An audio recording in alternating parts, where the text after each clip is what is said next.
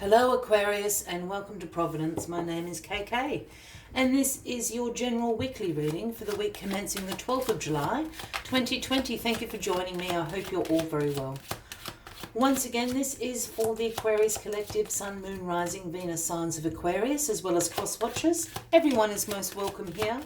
And as always, please be reminded that this is a general weekly reading and to only take what resonates with you and leave the rest for somebody else out there in the collective. Well, the world has slid out of the deck. That's where we'll start your weekly reading. And the world is the completion card. This is the completion of a life cycle. Congratulations, Aquarius. This is a card about accomplishment. You have accomplished and learnt all the lessons and the wisdom and the knowledge that the universe wanted you to through that recent life cycle. This is the universe giving you the green light. Congratulations, jump through the laurel of victory guarded by the four elements there. A wonderful, wonderful card. Completions of life cycles. The other thing the world speaks about is now integrating all those lessons learned, all that wisdom, all that experience, and integrating that into new life cycles that will begin for you. Don't just forget about it. Integrate all that wisdom, all that experience into the new cycles that will begin for you. The world is your oyster, Aquarius. What a way to start.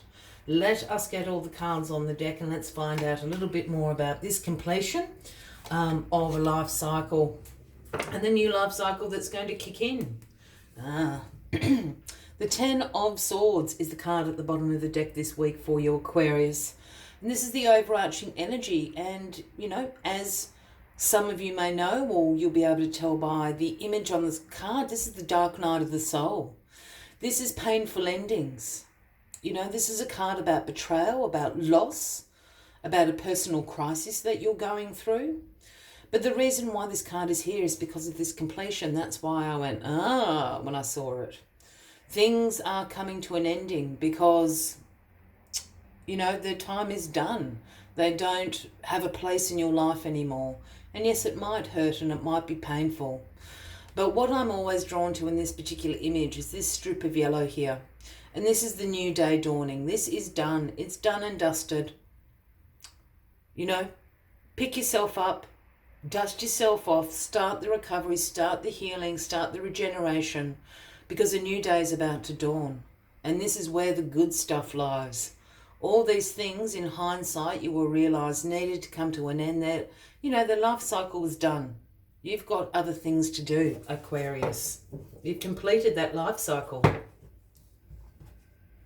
All right. Well, you've got this 7 of Wands crossing you. Sorry, I had to look. I couldn't work out if it was the 7 or the 9 there. The 7 of Wands is crossing you this week. And the 7 of Wands is always speaking about challenges that lie ahead. But it is a card speaking about your resilience, your perseverance, your courage. And the fact here in this image, you've got higher ground. All these people can poke and prod you as much as they like, but you've got higher ground. You will overcome these challenges that lie ahead through your courage, through your perseverance, and through your resilience. I have a feeling this has got to do with this ending over here. I think this is a real challenging week for you. I think this ending is going to bring some challenges up. It's all to do with the completion of this life cycle. It's the universe trying to tie up all the loose ends. I think people are going to be trying to get to you. Have the last word. Get the last bit out of you. You're going to fend them off. They're going to be annoying. Yeah? It could even be a little bit painful and hurtful in some circumstances, but you will come out on top. You've got the higher ground here. Yeah? So just brush away them poking their wands at you this week. I don't know why I flipped that, but that's the Hermit. We'll get back to that in a second. Yeah. The 3 of Swords is in the past position. This is what's bringing all of this on and this completion. the Three of Swords, and I always say the Three of Hearts when I see this card, but the Three of Swords is about heartbreak. This is about emotional pain. This has got to do with these endings. Something has happened. This past position card here is really recent past, like the last couple of weeks. You know, this is a heartbreak you're going through. This is emotional pain that you're going through. This is an ending. Sometimes this Three of Swords card can speak about a third-party situation.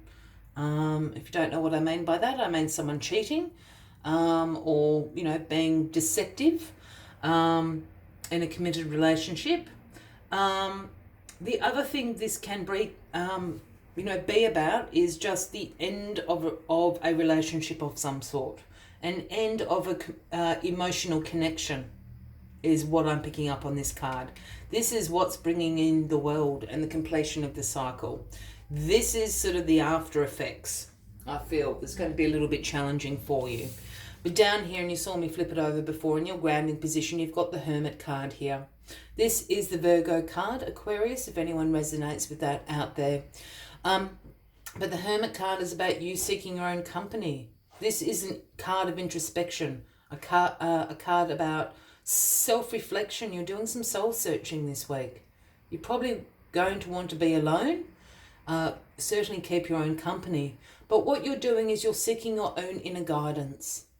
And no matter what image I've ever seen of the Hermit's always carrying this lantern, and the lantern is always lit by the universal star, speaking about your inner guidance, your inner wisdom that you are searching for. Yeah? Ask yourself some of those deep questions. Go for a soul search. Be quiet. Keep your own company.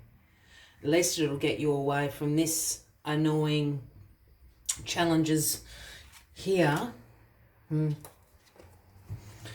It doesn't feel like it this week at all, Aquarius, which I appreciate. But you have the Empress in your crowning position. And the Empress is divine feminine. You know, this is nature. This is nurturing. This is abundance.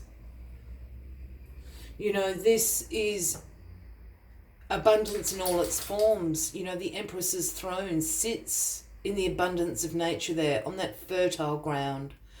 And whenever I see the Empress, it does speak about fertility. You know, in the case of pregnancies, that might be true for somebody out there. For others, I think about this fertility as a fertile ground to plant my intentions, because the Empress will always ensure those intentions grow into full blossoming abundance. Yeah, so after you've done your soul searching, work out what you want to bring into your life and plant them under the Empress here. She will look after them for you and make sure they bloom in abundance for you. You know, those are the gifts that are coming in the next life cycle. Wow, this is just an endings reading. And the Death card, Aquarius. This is the Scorpio card, and I must say, people don't like seeing the Death card, but in many tarot decks, this Death card is actually titled Transformation, and this is what this card is all about. This is the card about an ending. I mean, you've got completions here, you've got endings here, you've got endings here, you've got heartbreak here. So something major is going on in your emotional life this week. Endings are happening. But why the endings are happening, as we know, it's a completion of a life cycle. The Death card here is the transition card from one cycle to the next cycle. And here we have the Grim Reaper coming in to bring all these endings about. Remember, I said it's like the universe tying up all the loose ends, and this is what the Grim Reaper does. Comes away and clears all this debris, clears all the loose endings, ties everything up, gets rid of it, takes out the trash, so this wonderful change and transformation can come into your life behind it. A week of transition. A week of transition, Aquarius. As always, I like to take one final message just to summarise your weekly reading for you. But if you are resonating with this, by all means, please give the video a like.